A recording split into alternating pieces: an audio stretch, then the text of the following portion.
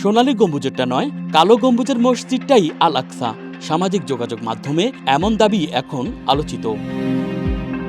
Dome of the rock নামে পরিচিত সোনালী গম্বুজের মসজিদটির সাথে আসল আল আকসাকে গুলিয়ে ফেলার লক্ষ্যে এটি একটি সুপরিকল্পিত ষড়যন্ত্র, এমন মিথ্যাও বেশ প্রচলিত। তবে আসল সত্যটা আসলে কি, চলুন সেটিই জেনে নেওয়া যাক। আসল আল আকসা মসজিদ কোনটি, কালো গম্বুজ না সোনালী?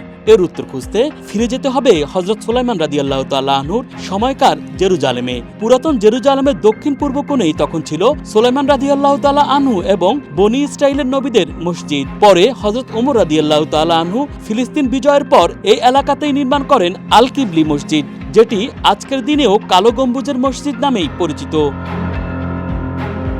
৭২ হিজরিতে উমাইয়া শাসক আব্দুল মালিক বিন মারওয়ান নির্মাণ করেন সোনালী গম্বুজের কুব্বাতুস সাখরা বা ডোম অব দ্য রক। খ্রিস্টানদের কাছে তখনকার জেরুজালেমও ছিল পবিত্র এক শহর, তাই ইসলামের স্থায়ী উপস্থিতি প্রতিষ্ঠার কৌশল হিসেবেই তৈরি করা হয়েছিল এই মসজিদটি। বিখ্যাত ইসলামী স্কলার ইবনে তাইমিয়া বলেছিলেন, মসজিদুল আকসা বলতে বোঝানো হয় পুরো সেই এলাকাটিকেই যেখানে সুলাইমান রাদিয়াল্লাহু তাআলা আনহু মসজিদ নির্মাণ করেছিলেন। ফিলিস্তিনি বিশ্বকোষ মাওসুয়াতুল ফিলিস্তিনিয়াতেও ব্যাখ্যা দেওয়া হয়েছে যে পুরো হারাম শরীফ এলাকা, যার ভেতরে অনেক স্থাপনা রয়েছে, সবই আল আকসার অংশ।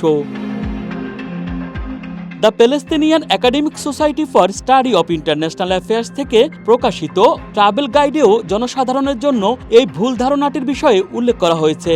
সেখানে পুরো আল আকসা এলাকার ছবি উল্লেখ করে এর নিচে বলা হয়েছে, অনেক সময় কালো গম্বুজের কিবলি মসজিদকে আল আকসা বলে বিভ্রান্তির সৃষ্টি হয়, যা ইসলামী দৃষ্টিকোণ থেকে সঠিক নয়।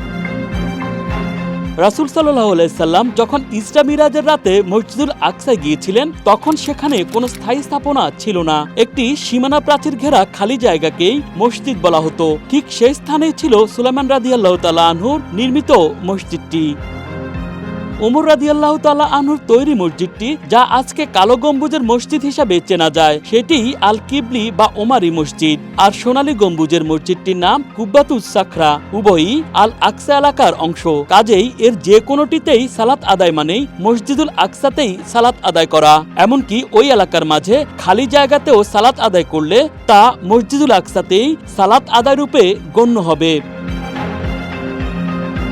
Dhaka express desk report.